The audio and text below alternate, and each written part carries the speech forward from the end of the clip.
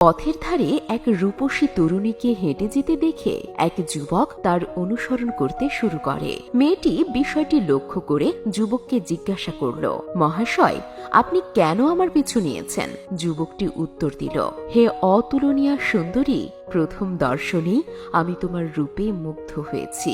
জীবনে তোমার মতো অপরূপা আর কাউকেই দেখিনি। আমি তোমাকেই জীবন সঙ্গী করতে চাই। রূপবতী তরুণীটি মুচকি হেসে বলল, আপনি কি বলছেন? আমার চেয়েও রূপসী কেউ আছে, যা আপনি দেখেননি। একটু পেছনে ফিরে দেখুন। দূরে দৃষ্টিগোচর হওয়া একটি মেয়ের দিকে ইঙ্গিত করে সে বলল, ওই যে মেয়েটিকে দেখছেন, ও আমার ছোট বোন। রূপে সে আমার চেয়েও অনেক বেশি। এই কথা শোনার সঙ্গে সঙ্গেই যুবকটি আর দেরি না করে মেয়েটিকে ছেড়ে তার বোনের রূপ দেখার জন্য পেছনের দিকে ছুটতে লাগলো। কিন্তু পেছনে গিয়ে সে দেখল একজন বৃদ্ধা লাঠিতে ভর করে হেঁটে আসছেন।